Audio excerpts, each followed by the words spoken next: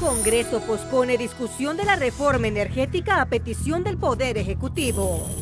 NE solo genera ingresos equivalentes a 65 de cada 100 lempiras que gasta, revela informe de la ASJ. Congreso investigará el ingreso de más de 13.000 ciudadanos chinos durante el gobierno anterior, ante denuncias sobre posibles irregularidades migratorias. Alcalde de Olanchito y presidente de la MON lanzan un SOS ante la escalada de violencia y pide una respuesta urgente de seguridad y defensa. Asesinan a estudiante de Derecho dentro de un bufete en San Pedro Sula. Congreso socializa nueva ley que busca cambiar radicalmente el manejo de los desechos sólidos en Honduras. En solo 6 meses de emergencia vial, contratos para reparar carreteras superan los 1.500 millones de lempiras. El Papa León XIV expresa su dolor y solidaridad con Colombia tras el terremoto que ya deja al menos 240 muertos. Desde Honduras para el mundo, este es su noticiero TN5 Estelar con Renato Álvarez y Luz Madrid.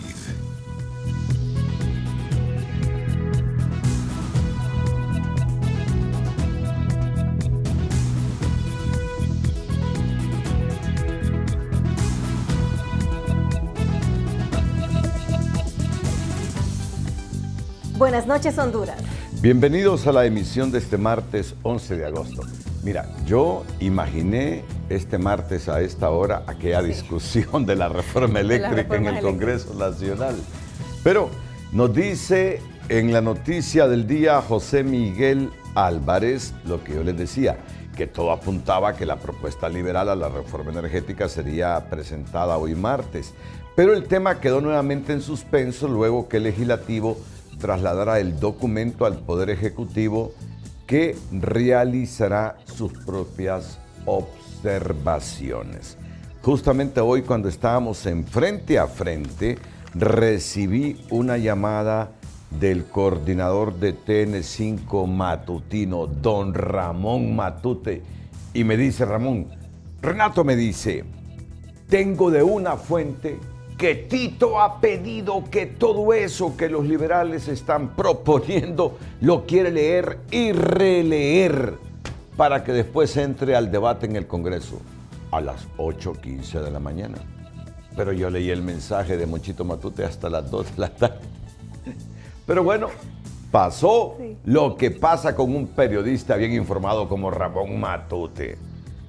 Tito dijo, quiero en el Ejecutivo leer qué es lo que están poniendo ahí los liberales para esa reforma energética, y esa es la noticia del día hoy aquí en TN5 Estelar. La noticia del día es presentada por Claro. Si ves punto rojo, ves descuento en smartphones al contratar tu plan postpago.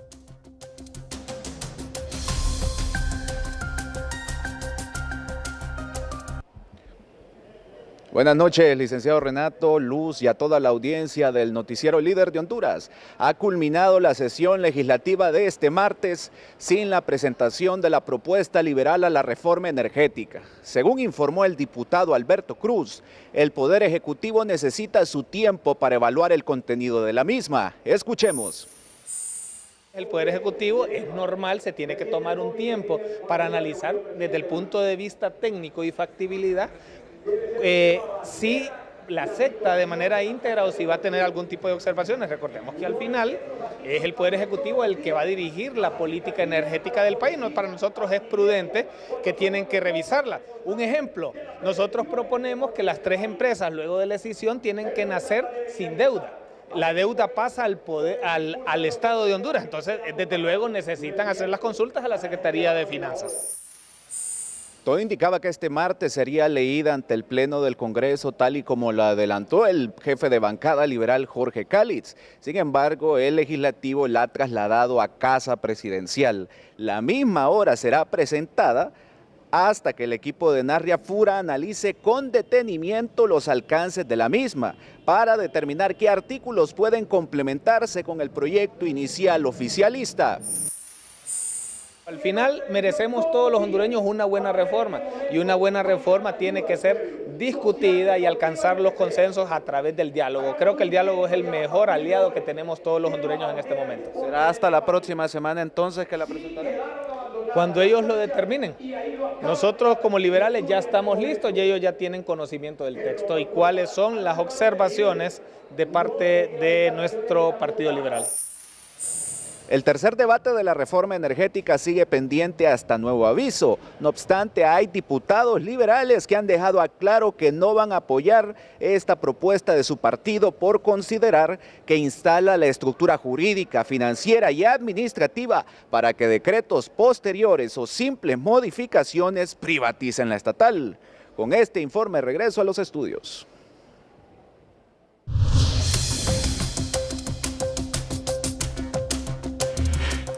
La reforma eléctrica entra en su momento decisivo y nacionalistas y liberales parecen acercarse a un punto de encuentro. Ambas bancadas coinciden en separar la generación, transmisión y distribución de energía en 3 empresas subsidiarias, pero la contrapropuesta liberal introduce un candado que considera fundamental. Los activos de la NE permanecerían en la empresa matriz y no podrían transferirse a concesionarios privados. Las diferencias ahora parecen concentrarse en cómo quedarán constituidas esas empresas y quién controlará sus bienes. Mientras Libre insiste en advertir sobre una privatización encubierta, trasciende que un texto consensuado entre nacionalistas y liberales podría alcanzar hasta 90 votos en el Congreso. La pregunta de fondo es qué modelo terminará aprobándose y sobre todo qué garantías dejará para que los activos de la NE continúen en manos del Estado. Aunque los cambios de la contrapropuesta energética de la bancada liberal no distan mucho de la original, sí deja claro que los bienes de la estatal eléctrica no pueden en ningún caso transferirse a las empresas subsidiarias. Que deben de mantenerse esos activos blindados para que en algún momento este agente operador quiera venir a utilizar esos activos para ir a sacar empréstitos. El cambio de fondo está aquí. La propuesta oficialista propone pasar los activos de la ENE a las 3 subsidiarias. El Partido Liberal dice que no, que se queden inmóviles en la casa matriz para que no puedan ser embargadas, alquiladas o ponerlas en garantía de préstamo. Lo que yo veo es de que ellos tratan de poner una barrera adicional para que los bienes del ENE no sean alcanzables para embargos o demandas o enajenación. La versión oficial propone crear sociedades mercantiles subsidiarias para las empresas de generación, transmisión y distribución. El Partido Liberal agrega que está bien que sean mercantiles, pero como sociedades anónimas unipersonales. El único socio va a ser el Estado. Eso hace que estas sociedades, las personas pueden hacer inversión, pero son del Estado. Trasciende que al final la propuesta única, luego de fundir ambos documentos, podría arrancar 90 votos de los 128 diputados. Está claro que la bancada de Libertad y Refundación mantendrá la versión partidaria, que esto no es más que una privatización velada. Persisten las subsidiarias como sociedades mercantiles, nada más que ahora unipersonales, y además hay una privatización de la CRE y del despacho de energía, expulsando al Estado de toda la función fiscalizadora. Fuera de estas consideraciones del Libre, liberales y nacionalistas coinciden en separar la generación, transmisión y distribución de energía en 3 empresas subsidiarias. Si esta reforma es buena, mala o de resultados inmediatos, eso se sabrá con el tiempo, pues la medida no es de efectos inmediatos. Ulises Aguirre, Telenoticias.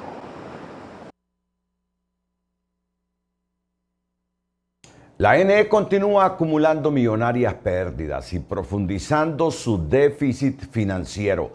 El último informe de la ASJ revela que la estatal eléctrica apenas genera ingresos para cubrir el 65% de sus gastos. Frente a este desequilibrio, las actuales autoridades anuncian un ambicioso plan que busca reducir en 10 puntos porcentuales las pérdidas de energía y comenzar a revertir una crisis que durante años ha consumido miles, pero miles de millones de lempiras. Un reciente informe de la Asociación para una Sociedad Más Justa, ASJ, revela que la Empresa Nacional de Energía Eléctrica apenas genera el 65% de sus gastos, déficit financiero que en los primeros 6 meses de este año se acerca a los 12.000 millones de lempiras. 11.000 millones de lempiras es el déficit de la ENE solo en lo que va del año.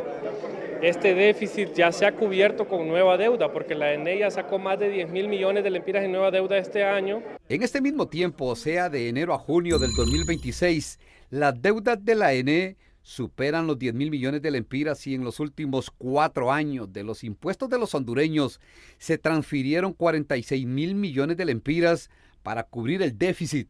Irónicamente, el servicio que recibe el abonado es el peor de la región. En Honduras, un usuario promedio tiene una semana sin luz, mientras que en El Salvador es solo un día y en Guatemala menos de un día. Y lo peor aún, que este déficit sigue creciendo. Solo las pérdidas de energía provocaron en estos 6 meses 8.469 millones de lempiras que se fueron al cesto de la basura, suficiente para que en este mismo evento la nueva gerencia de la estatal eléctrica presentara un plan de recuperación de pérdidas técnicas y no técnicas de un 10.5%. No es únicamente ese 10%, 10.5% que estamos viendo que es lo que va a mejorar, porque hay otras acciones que no vienen en el plan de pérdidas que mejora, como el plan de actualización de datos de los usuarios del ENE.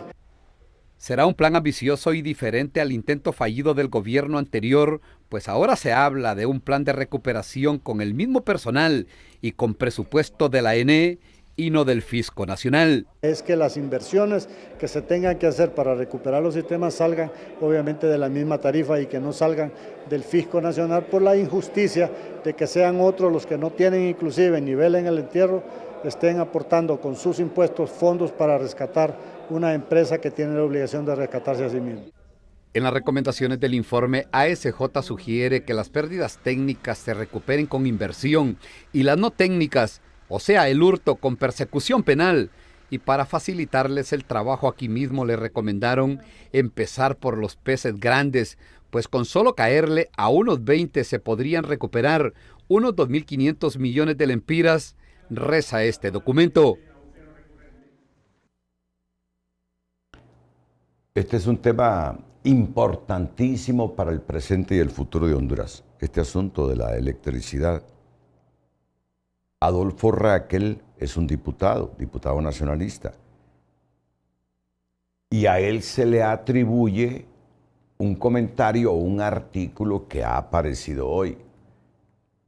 Y dice él que ese artículo no es suyo. No es suyo. Vamos a ver si ustedes comprenden lo que les estoy informando. Adelante, José Miguel Barahona Álvarez. En medio de esta controversia por la aprobación de las reformas energéticas, usted ha planteado, ¿qué es lo que ha planteado usted? Mire, el 15 de junio presentamos un proyecto y fue prácticamente absorbido por el decreto que ya estábamos presentando. Esto llevaba un artículo que lo quitamos y no fue sumado. Este artículo hablaba prácticamente de asegurar los procesos jurídicos a las empresas que ya tenían procesos con la CREE sobre energías renovables. Esto no va dentro de este decreto. Lo que yo presenté fue sencillamente en la no privatización del ENE, quiere decir que los bienes del Estado son del Estado, no importa que se dividan en 3 empresas mercantiles. Habla también de los derechos laborales de los empleados del ENE, que al momento, si esta reforma se aprueba, se crean las 3 instituciones, los empleados van a estar trabajando dentro del ENE. Y que todos los recintos que pertenecen al ENE son de todos nosotros los hondureños. Eso fue lo que presentamos, se adhirió al proyecto que vino de reforma del Poder Ejecutivo y eso es lo que se ha estado trabajando. Vamos a ver cuál es la contrapropuesta que trae el Partido Liberal. Lo que sí sé de lo que hablaron hoy los compañeros del Partido Liberal es que ellos quieren que el 70% de la generación sea mediante el ENE y el 30% sí sea contratado mediante empresas privadas. Ahora, diputado, ese análisis suyo que que se lo atribuyen a usted, que ha trascendido entre los diferentes chats de WhatsApp, entre otras redes sociales, ¿no es suyo? No, yo no he presentado ningún otro tipo de proyecto en el tema de energía, ni de distribución, ni de generación. El artículo que se derogó, por decirlo así, de lo que yo presenté, hablaba de los temas jurídicos a las empresas de energía renovable, pero como ciudadano, como hondureño, soy de las personas que cree que la energía renovable es lo mejor para este país. ¿Usted hasta ahora no tiene una postura entonces sobre esa propuesta liberal? No. La bancada, el presidente de la comisión, Milton Puerto, y los demás integrantes de la bancada del partido que son de la comisión, van a hacer una presentación a la bancada del partido, no sé si mañana o la próxima semana, en sesión de bancada, para ya poder ir con una crítica al tercer debate y a ver si se aprueba o no se aprueba esto. Sí, el presidente pidió que no se debatiera en su tercer y último debate esta contrapropuesta liberal. Por eso es que hoy no se ha debatido, pero había voluntad política en muchos de los diputados para hacerlo hoy, pero el gobernante lo interrumpió. Así que hay que esperar el desenlace de estas reformas al subsector eléctrico. La inflación bajó su ritmo en julio, pero eso todavía no representa un alivio real para el bolsillo. Los precios no están bajando, simplemente están subiendo más despacio. La inflación interanual se mantiene en 5.58% y de 405 bienes y servicios medidos por el Banco Central, el 63% aumentó de precio. El dato económico muestra una desaceleración, pero en la calle la pregunta es mucho más sencilla. ¿Cuándo sentirán ese respiro las familias al momento de comprar? La inflación dio un leve respiro al cierre del mes de julio al ubicarse en un 0.15%, la cifra más baja de los últimos 6 meses según el boletín del Banco Central. Sin embargo, esto no significa que los precios hayan bajado, sino que subieron a un ritmo más lento, por lo que el costo de vida sigue presionando el bolsillo de las familias hondureñas. Ese crecimiento de precios de bienes y servicios de la canasta básica es algo acumulado. La población recibe mes a mes un incremento de los alimentos, del transporte, de la energía, de la vestimenta y de los diferentes bienes y servicios. Asimismo, la medición interanual cerró en un 5.58%, ubicándose por encima del rango de tolerancia fijado por el Banco Central. La entidad atribuyó ese resultado principalmente al incremento de precios en sectores clave como el transporte, alimentos y energía. ¿Y qué representa ese tema del incremento de la inflación? Que hoy las familias tienen menos capacidad de compra, significa que los bienes y servicios han aumentado. Entonces es importante en el sentido de que esos indicadores sirven también como referencia al gobierno para poder tomar decisiones importantes en torno a las políticas económicas. Ante este escenario, analistas señalan que es comprensible que los precios suban cuando aumentan los costos de producción y comercialización. Pero una vez que estos costos se estabilizan o bajan, los precios también deberían reducirse y no trasladar de manera permanente ese impacto al consumidor. Complicado, porque todo está caro. Ya nosotros, los pobres, no vamos a comer ni frijoles. Ya no aguantamos más porque el pisto no rinde. Mire, el pago es un poquitío y el volumen de los precios de la canasta básica está por las nubes, pues. El Banco Central de Honduras detalló que en el pasado mes de julio el 63% de los 405 bienes y servicios subieron de precio, mientras que el 27.1% bajó. Sin embargo, las reducciones suelen reflejarse en productos que no son de consumo frecuente para la mayoría de las familias, como por ejemplo boletos de avión y servicios de hotel. La inflación se desacelera, pero los precios siguen altos. Y para miles de familias cada vez es más difícil completar la canasta básica. Danilo Hernández, Telenoticias.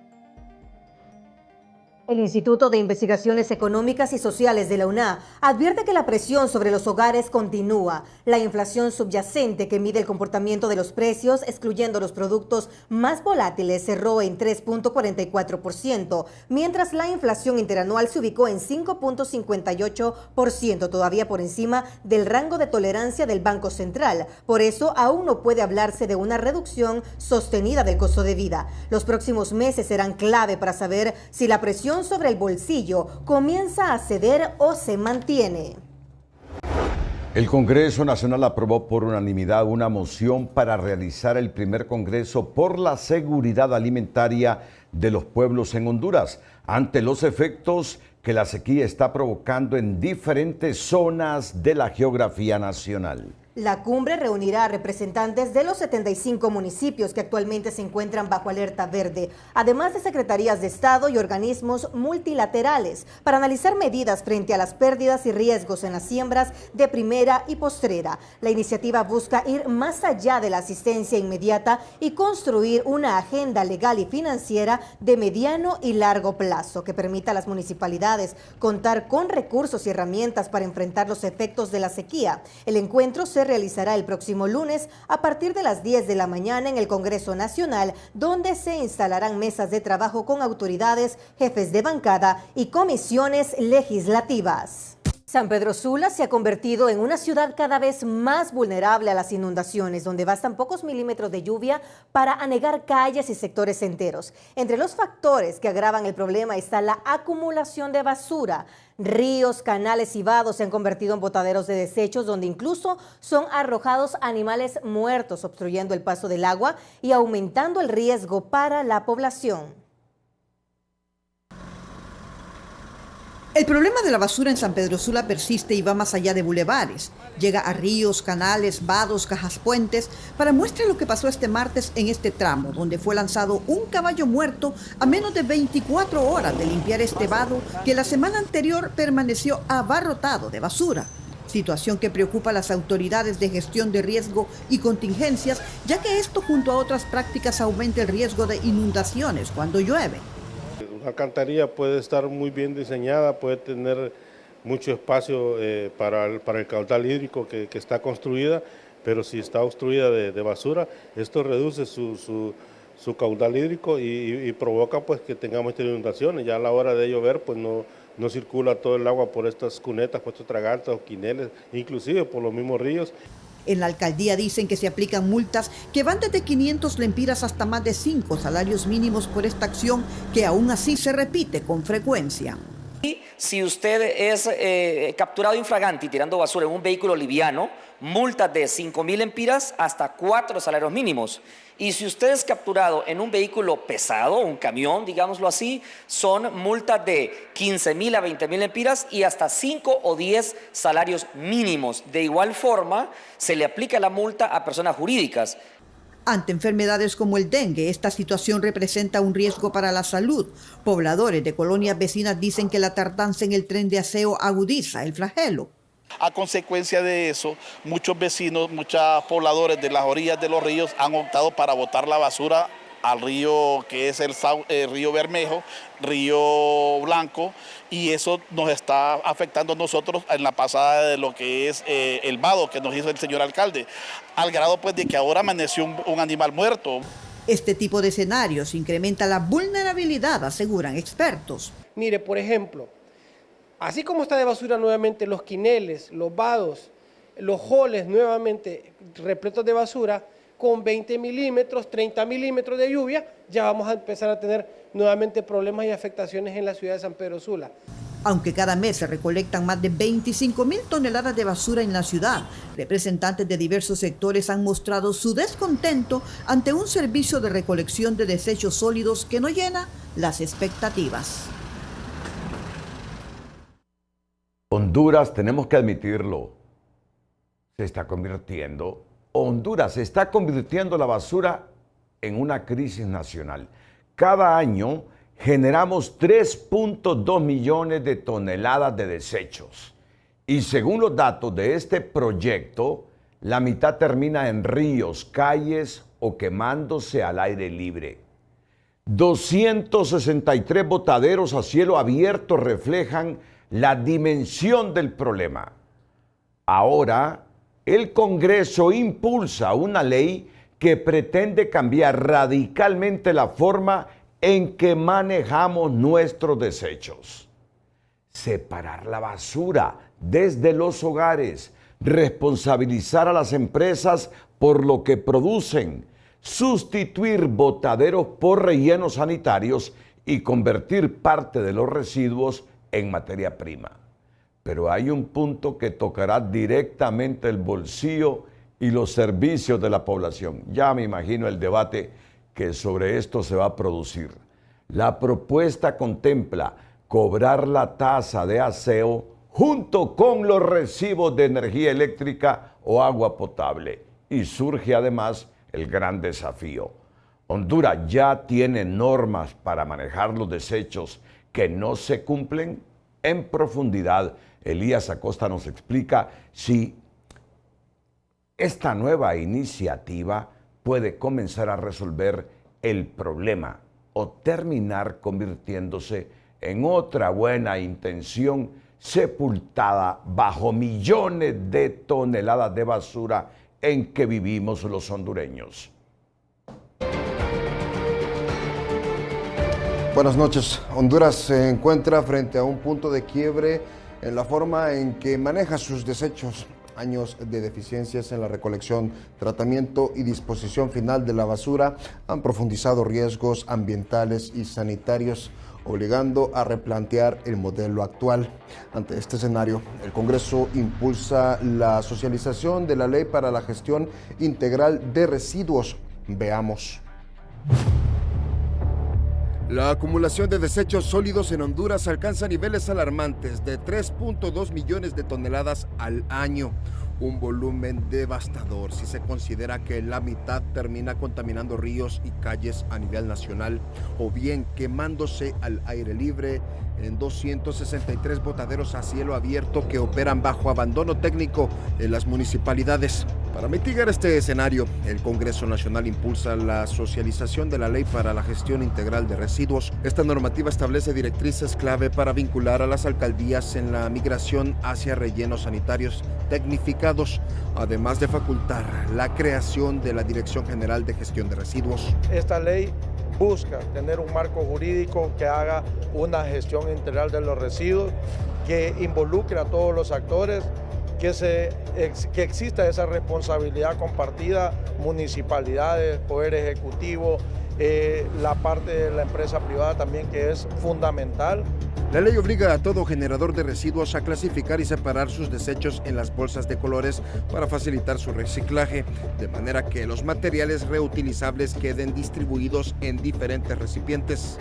Muchas veces decían, de nada sirve tirar la basura en diferentes botes, uno verde, uno rojo y uno amarillo, si al final de cuentas todo va a ir a dar al mismo lado. Entonces aquí es cómo vamos a hacer que si se va a hacer un reciclaje, que sea un reciclaje que tenga un fin realmente positivo. El sector privado también asume un rol protagónico mediante la responsabilidad extendida del productor.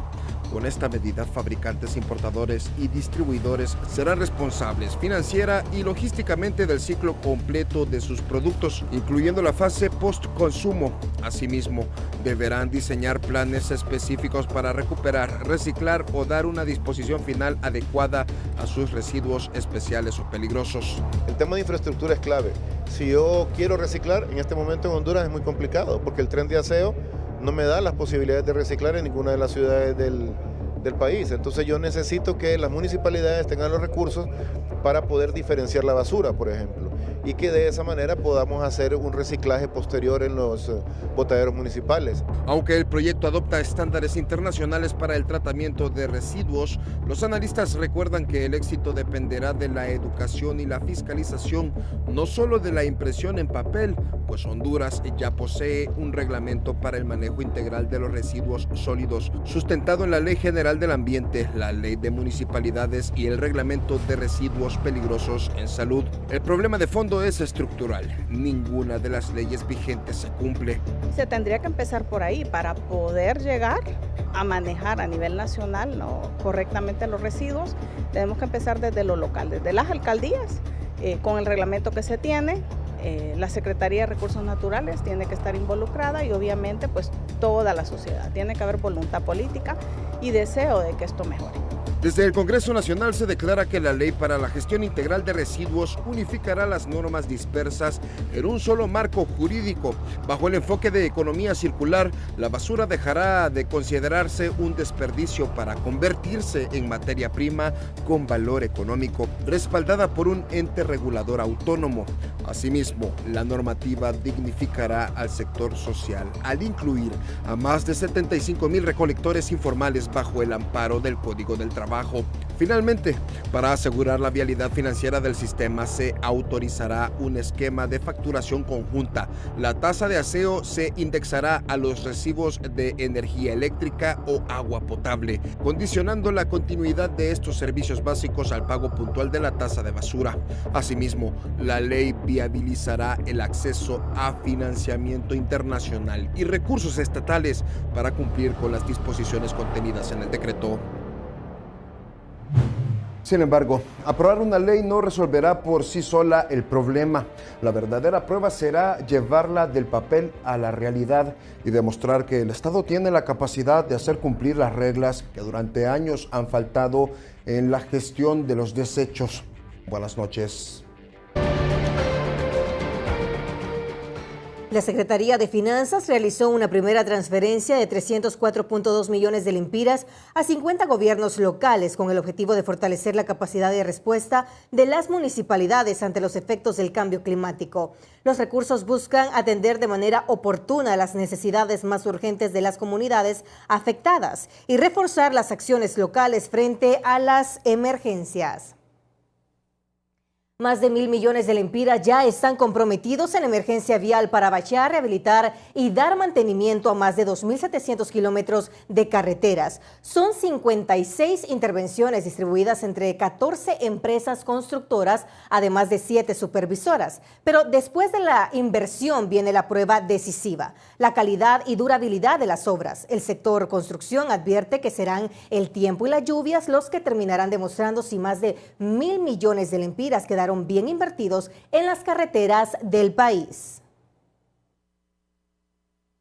Bachear carreteras dañadas, rehabilitar tramos y dar mantenimiento a la red vial han generado un costo para el gobierno de 1.011 millones de lempiras, distribuidos entre 14 empresas constructoras. Según datos publicados en el portal de transparencia, también se han contratado 7 empresas supervisoras por 39.8 millones de lempiras. Estas obras forman parte del decreto 08-2026 de emergencia vial. Todas las empresas que están trabajando bajo esa modalidad de emergencia tienen exactamente los mismos precios. Tenemos contratadas 14 empresas constructoras, 7 empresas supervisoras y estamos incluso abriendo el espacio para contratar 4 o 5 empresas más y poder terminar de cerrar los tramos viales. Importantísimo eso, que sepamos que son precios estandarizados. Es más, no hay competencia. Todos tienen que ofertar la misma cantidad de precio. Entre los tramos figuran 214 kilómetros entre la Ceibita y el Poy por 101.8 millones de lempiras y casi 30 kilómetros entre la Guama y la CA5 Norte por 18.9 millones. Ante la divulgación de estos datos en el portal del IAIP y los costos generados hasta la fecha, la Cámara Hondureña de la Industria de la Construcción advierte que será con el paso de los meses y las lluvias cuando podrá comprobarse la calidad del bacheo y las rehabilitaciones. Los informes que se vayan a brindar al respecto van a hablar por sí solos y también la calidad de las mismas va a depender de la trascendencia en el tiempo que van a tener las mismas. Si a las primeras lluvias el trabajo se destruye, obviamente habrá un trabajo mal elaborado y habría de que también deducir responsabilidades al respecto. El decreto obliga a la CID a informar cada 3 meses sobre los avances y resultados de la emergencia. La Comisión de Transporte prevé llamar entre septiembre y octubre al ministro Aníbal Ernel para conocer cuánto se ha ejecutado y cuál es el avance real de las obras. Evidentemente, eso es una reparación, ¿verdad? Hay muchas carreteras que necesitan una reconstrucción total, pero yo creo que de alguna manera el gobierno ha cumplido, ha llenado las expectativas en lo personal. Son muchas las comunidades que se sienten satisfechas. La emergencia vial tiene vigencia hasta febrero de 2027, aunque la CID prevé concluir en diciembre el mantenimiento de la red vial. El siguiente balance deberá mostrar cuánto se ha ejecutado y en qué condiciones quedaron las carreteras. Que los avances de la emergencia vial se publiquen en el portal del IAP es un paso positivo, pero la rendición de cuentas será demostrar si la calidad del trabajo justifica cada lempira invertido. Carolina Martínez, Telenoticias. Atentos, porque después de la pausa comercial, ¿qué hay detrás del ingreso de más de 13,000 ciudadanos chinos a Honduras en 4 años? El Congreso abre una investigación para determinar si todo se hizo conforme a la ley, mientras exautoridades de migración defienden los procedimientos y libre denuncia motivaciones políticas. Esta noche una investigación que comienza revisando pasaportes y permisos, pero que termina tocando un tablero mucho mayor: China, Taiwán y el futuro de la política exterior de Honduras. Ayer mismo el presidente del Congreso Nacional, Tomás Zambrano, dijo: el día que el gobierno de Tito Afura reactive relaciones con Taiwán, ¿qué dijo Lucecita? Lo felicitaré. Atentos. Y en nuestra sección del emprendedor queremos destacar que las limitaciones no siempre determinan hasta dónde puede llegar una persona. Oscar Oquelí decidió enfrentar las dificultades trabajando la tierra y produciendo sus propios alimentos. Hoy, su granja y huerto son mucho más que un emprendimiento. Representan el esfuerzo de un hondureño que encontró en el trabajo una manera de generar ingresos y construir su propio futuro. El emprendedor de hoy es presentado por Ficosa. Paga mejor es acumular más beneficios con tus tarjetas de crédito Ficosa. Recibe descuentos, acumula cashback puntos, disfruta más y millas para disfrutar de nuevas experiencias.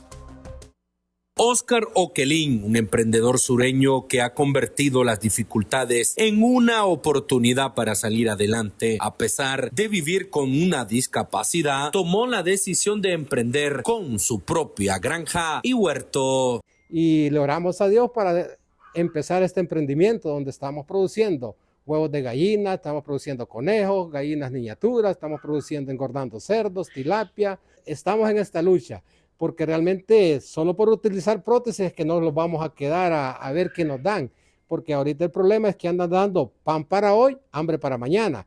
Ofreciendo huevos de gallina, huevos de codorniz, hasta venta de tilapia fresca, frutas y verduras de su huerto. Al público le vendemos huevos de gallina india, a 3 lempiras estamos vendiendo el huevo de gallina india.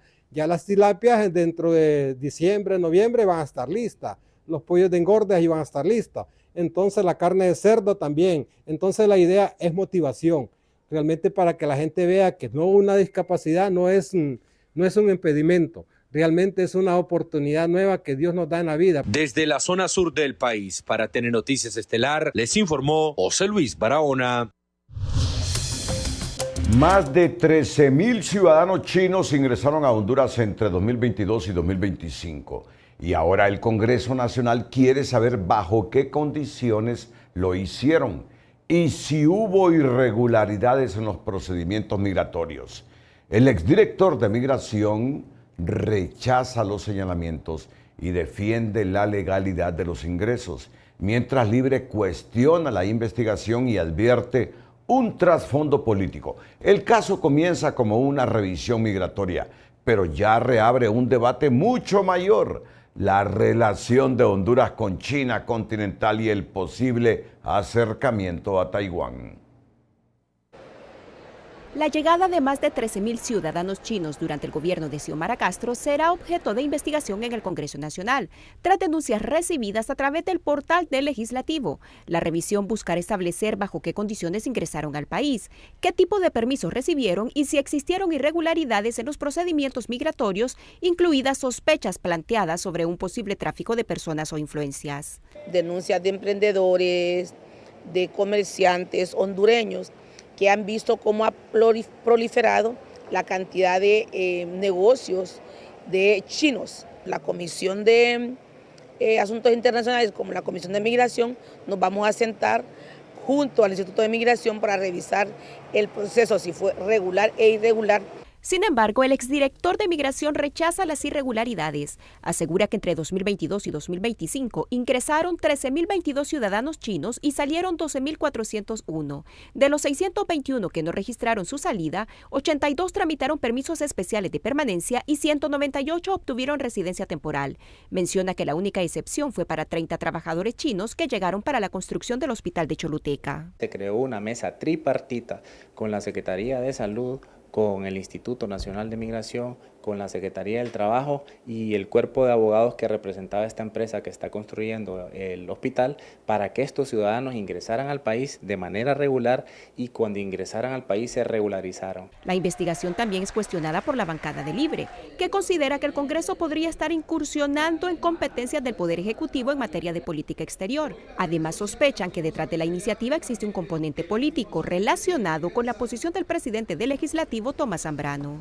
Quien debería de señalar si ha habido algo irregular, porque tiene los datos y tiene las instituciones a su disposición, es el Poder Ejecutivo. Si no, es que el Congreso tiene una agenda oculta de parte del presidente del Congreso y de la Junta Directiva. Las dudas de Noé Pino surgen luego que Zambrano asegurara que felicitará al Ejecutivo si decide restablecer relaciones diplomáticas con Taiwán. Y para este analista, la investigación envía un claro mensaje desde el oficialismo del Congreso Nacional. Que ya tomen la decisión para restablecer con Taiwán. Y el Legislativo es la representación de los hondureños. Entonces ellos quieren, por supuesto, ser voceros de la mayoría de la población hondureña. Por ahora, la investigación del Legislativo deberá determinar si los ingresos y permisos de los ciudadanos chinos cumplieron con la ley. Pero el debate ya trasciende del terreno migratorio al geopolítico en medio de una discusión que vuelve a colocar sobre la mesa las relaciones de Honduras con China continental y Taiwán. Gabriela Lobo, Telenoticias. Parece increíble, pero en Honduras ya se investigan casi tantos autosecuestros como secuestros reales. El caso más reciente movilizó a la policía tras una exigencia de 1 millón de lempiras. Al final, el supuesto secuestrado confesó que había inventado todo para descansar del trabajo y pagar deudas. Solo este año las autoridades reportan entre 8 y 9 casos simulados. Una farsa que no solo puede terminar en prisión, sino que desvía investigadores, tiempo y recursos que podrían estar persiguiendo delitos reales. Un mensaje encendió las alarmas. Un trabajador había sido secuestrado y exigían 1 millón de lempiras para liberarlo. La Unidad Nacional Antisecuestros activó sus equipos y lo encontró sano y salvo en una zona montañosa de Marcala La Paz, pero no había secuestro. Una unidad que pertenece a la Dirección Policial de Investigaciones se desplazaron y verificaron, y en el lapsus de 10 a 11 horas se logró verificar de que se trataba de un secuestro fingido, es decir, un autosecuestro. El hombre confesó que él mismo había hecho la exigencia económica, quería descansar del trabajo y pagar deudas. Un caso insólito pero no aislado. La Unidad Nacional Antisecuestro reporta entre 8 y 9 autosecuestros atendidos este año, frente a 8 secuestros reales. Sí, es una nueva modalidad que se está dando hasta esta fecha. Se han logrado remitir lo que son 8 personas en aplicación al artículo 529 del Código Penal, donde existe la figura, pues quien simula una actuación inexistente, pues tiene una penalidad. Pero fingir ser víctima tiene consecuencias. El artículo 529 del Código Penal castiga la simulación de una infracción que provoca la actuación de las autoridades, con entre 6 meses y 2 años de prisión, además de multa.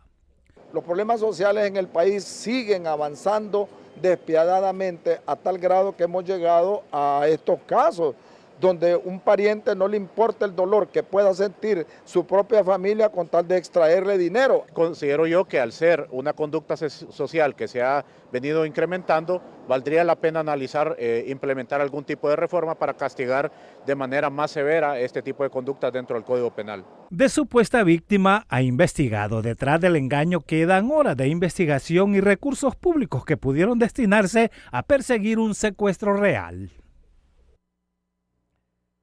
La preocupación del alcalde de Olanchito y presidente de la Asociación de Municipios de Honduras, Amón, por el repunte de la violencia en su municipio llegará al más alto nivel el próximo martes, cuando autoridades de seguridad y defensa, junto a la cúpula militar y policial, se reúnan para analizar la ola de criminalidad que mantiene atemorizada a la población y definir acciones para enfrentar el último hecho violento, captado en video dentro de un negocio, terminó por encender las alarmas. Según la policía, el sospechoso está plenamente identificado y había sido detenido en 2 ocasiones.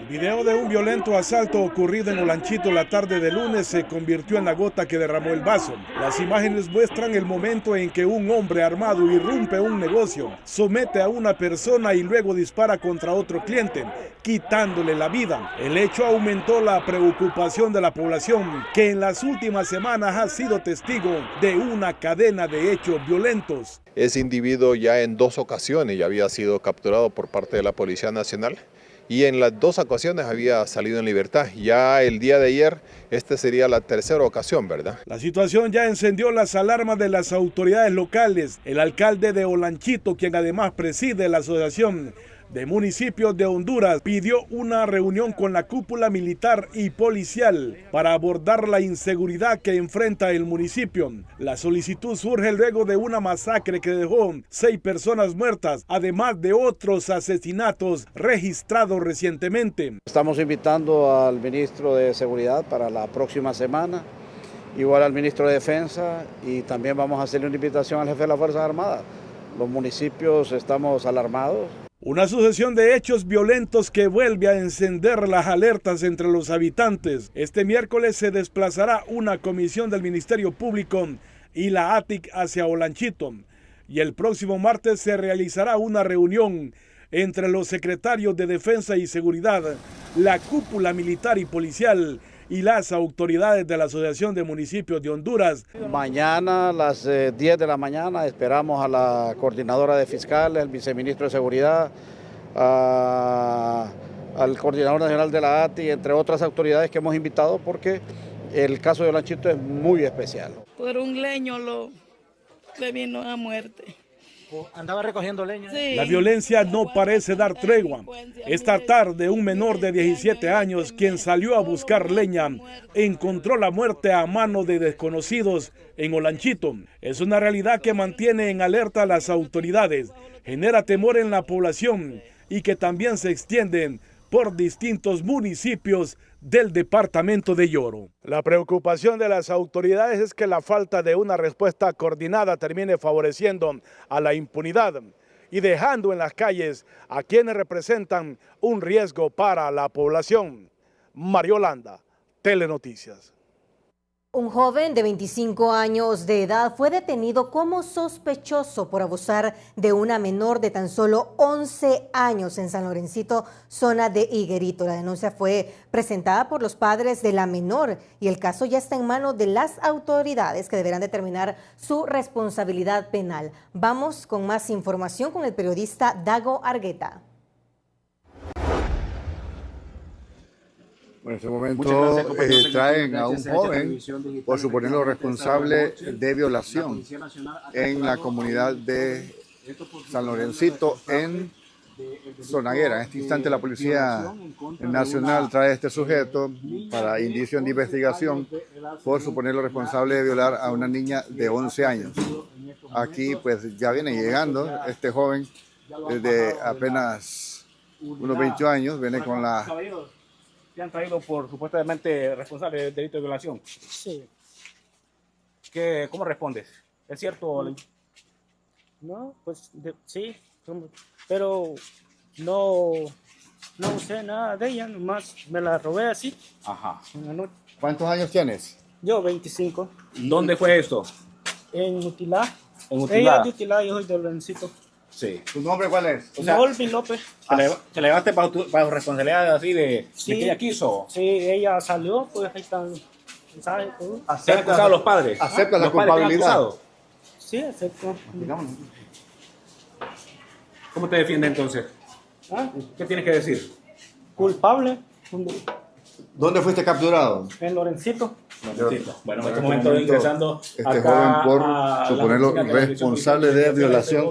Hasta aquí nos aguantamos porque esta denuncia la realizaron sus padres allá en la zona de Higuerito, suponerlo responsable de violación en la ciudad de Zonaguera, Colón. Hace unos minutos ingresó a la morgue de San Pedro Sula el cuerpo de Marvin Omar Fernández, de 45 años, estudiante de Derecho asesinado este martes dentro de un bufete donde realizaba su práctica profesional. Según información preliminar, un sujeto ingresó al lugar, lo identificó y le disparó varias veces en la cabeza, provocándole la muerte inmediata. El atacante salió caminando y escapó en una motocicleta. La Policía Nacional y Militar acordonaron la escena y desplegaron un operativo, pero hasta ahora no se reportan capturas ni una versión oficial sobre este nuevo hecho criminal.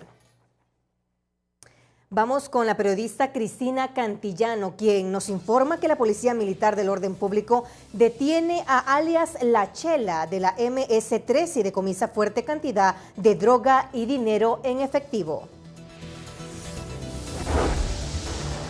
Buenas noches, televidentes de TN5 Estelar. En San Pedro Sula, la Policía Militar y del Orden Público le ha dado detención a alias La Chela de la Mara Salvatrucha con una fuerte cantidad de drogas y dinero en efectivo.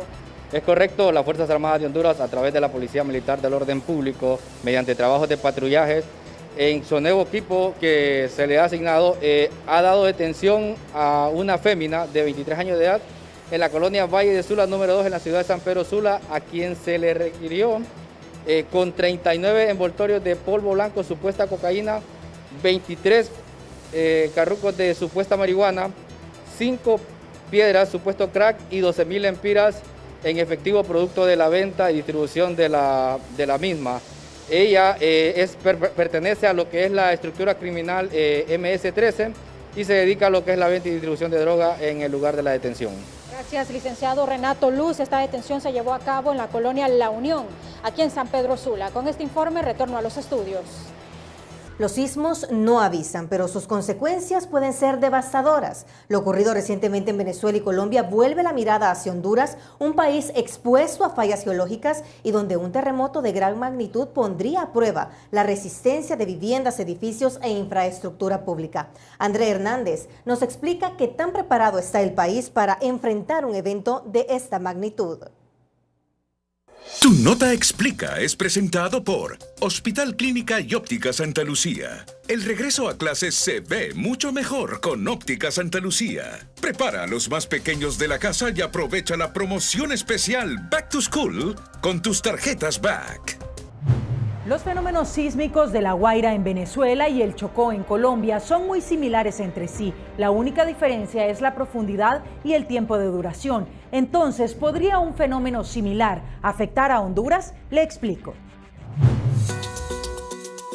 Los recientes terremotos ocurren dentro del Cinturón de Fuego del Pacífico, que es una región que concentra la mayor actividad sísmica del mundo y se extiende, como su nombre lo indica, por toda la costa del Pacífico en forma de herradura, incluyendo a Honduras, que además tiene un sistema de fallas dentro de su territorio, lo que podría generar movimientos telúricos, según el doctor en geofísica mexicano Roberto Arroyo. Básicamente todos los países que están bordeando el Océano Pacífico pueden tener algún efecto importante. En el caso de Honduras, hay que reconocer de que sí, efectivamente la actividad sísmica es menor, pero se han tenido eventos importantes también ahí.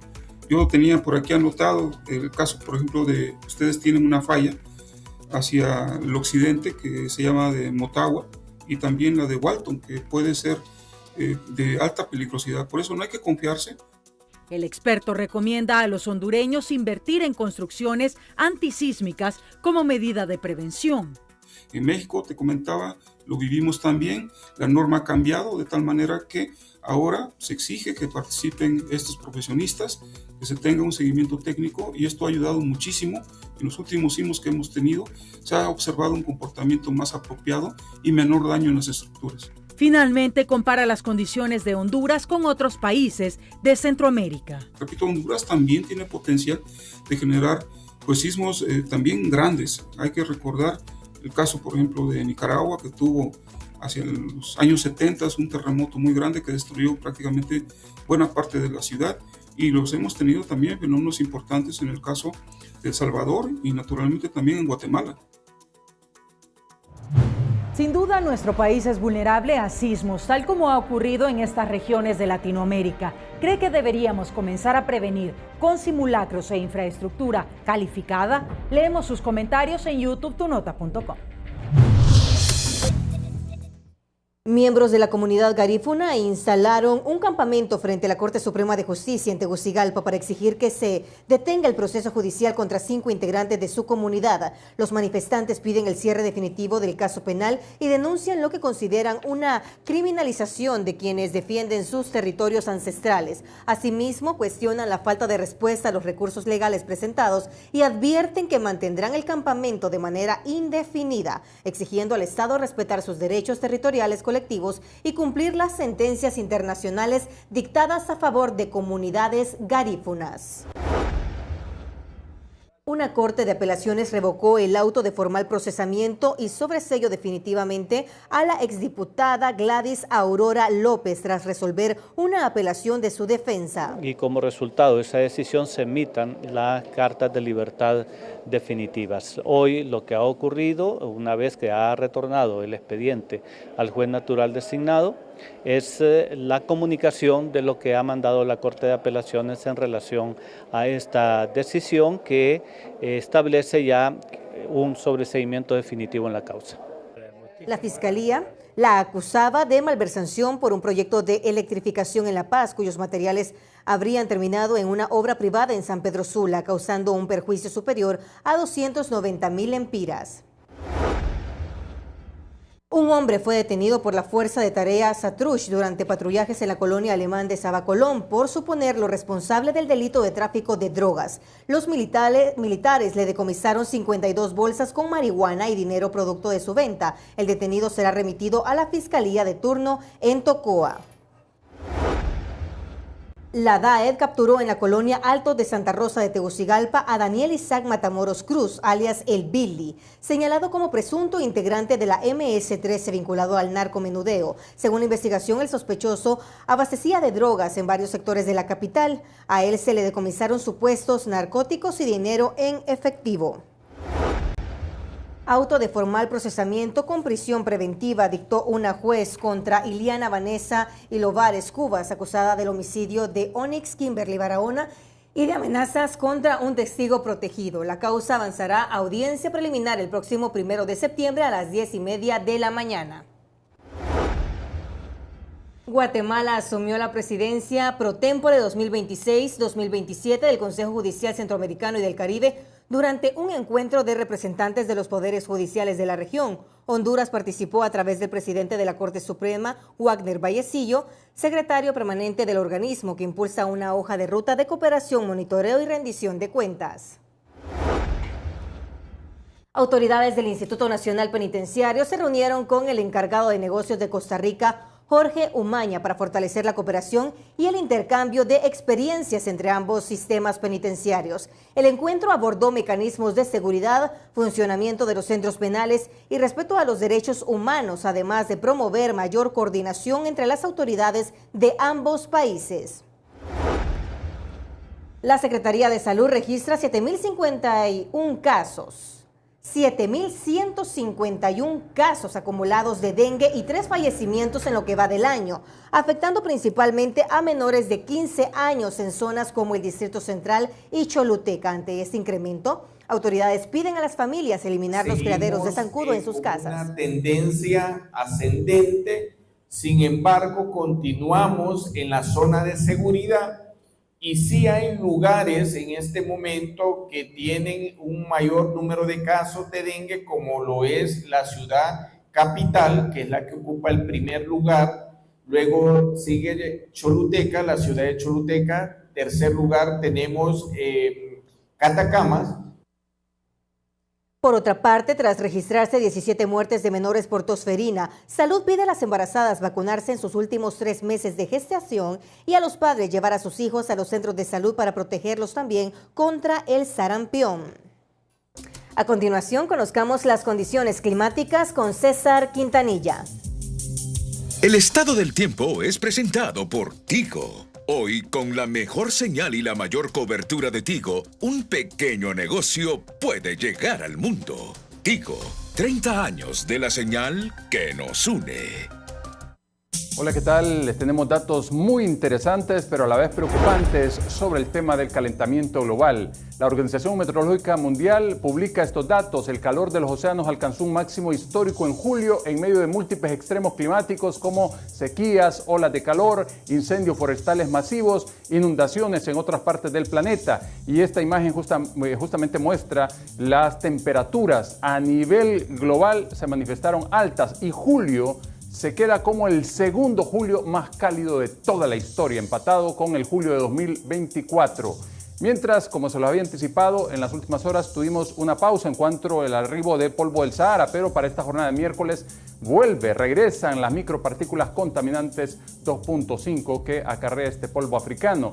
Mientras observamos este mapa satelital de cómo pasó sobre el territorio hondureño la onda tropical número 26, que está de salida sobre Guatemala y todavía se queda un poquito, pero leve, de inestabilidad para esta jornada de miércoles, principalmente en zonas del noroccidente. Podrían reportarse algunos chubascos dispersos, pero en el resto del territorio, además de algunos nublados, pues ya no tendremos presencia chubascosa, porque la pregunta no es si llueve, sino cuánto llueve, porque estamos impactados por el fenómeno del Niño y la canícula en este momento. 2.4 metros la altura máxima del oleaje en el litoral Caribe, 1.4 la salida del Golfo de Fonseca, con temperaturas de 39 en el sur, 30 y 32 en el centro, lo mismo en la región oriental, 30 en la costa norte, 32 en el Valle de Sula, y lo mismo se repite en zonas del occidente, con un índice ultravioleta en zonas de Olancho que alcanza 11 para esta jornada de miércoles.